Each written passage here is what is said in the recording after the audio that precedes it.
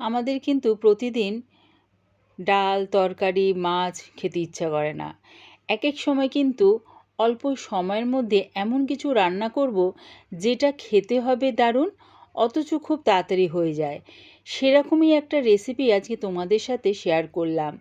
আবার এটা তোমরা যারা বাড়ি ছেড়ে চাকরি সূত্রে হোক বা পড়াশোনার জন্য বাইরে আছো তাদের জন্য কিন্তু এটা বেশ ভালো। পনিরগুলো দেখো আমি বেশ ছোট ছোট টুকরো করে কেটে নিয়েছি।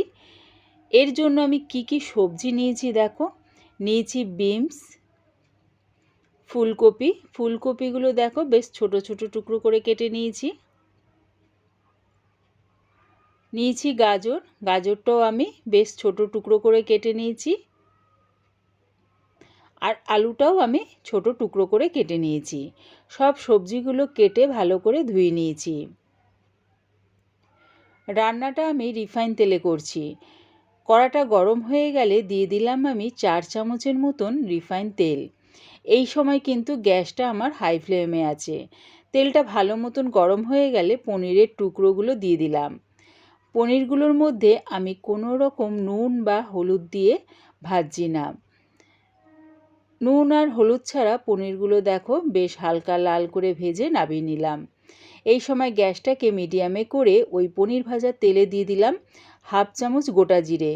যখন দেখবে গোটা জিরেটার থেকে সুন্দর একটা গন্ধ বেরোচ্ছে, মানে ভাজা ভাজা হয়ে গেছে, তখন দুটো বড় সাইজের পেঁয়াজ স্লাইস করে কেটে নিয়েছি সেটা দিয়ে দিলাম। পেঁয়াজটা একটু তেলের সাথে নাড়িয়ে চাড়িয়ে কালার ধরার আগেই সব সবজিগুলো দিয়ে দিলাম। সব সবজিগুলো দিয়ে একসাথে আমি ভেজে নেব। তোমরা চাইলে ফুলকপি আর আলু ভেজে নামিয়ে নিতে পারো। তারপরে পেঁয়াজ দিয়ে গাজর আর বিনস দিয়ে একটু ভাজা হয়ে গেলে ফুলকপি আলু দিয়ে তারপরে সব একসাথে ভাজতে পারো। আমি কি করলাম, পেঁয়াজটা দিয়ে দিলাম, তার সাথে সবজিগুলোও দিয়ে দিলাম স্বাদ অনুযায়ী নুন আর হলুদ। সব কিছু একসাথে দেখো বেশ লাল লাল করে ভেজে নিলাম। দিয়ে দিলাম 1 চামচ আদা রসুন পেস্ট, 1/2 চামচ জিরের গুঁড়ো, 1 চামচ ধনের গুঁড়ো, 1/2 চামচ লঙ্কার গুঁড়ো। ঝালটা নিজেদের স্বাদ অনুযায়ী ব্যবহার করো, খুব একটা বেশি এটা ঝাল হয় না। দিয়ে দিলাম সামান্য একটু জল। মশলাটা ভালো করে কষিয়ে নিলাম। এই সময় আমি গ্যাসটাকে মিডিয়ামে রেখেছি। তাহলে কি হবে, খুব একটা বেশি জল দিতে লাগবে না, অথচ দেখবে কষাতে কষাতেই সবজিগুলো বেশ সেদ্ধ হয়ে যাবে।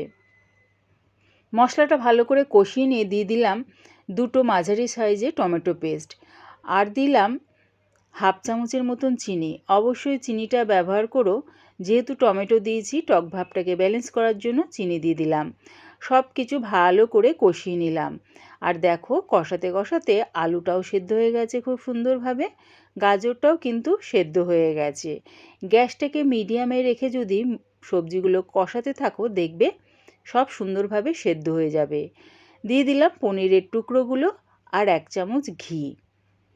সব কিছু এবারে ভালো করে মিশিয়ে নিলাম।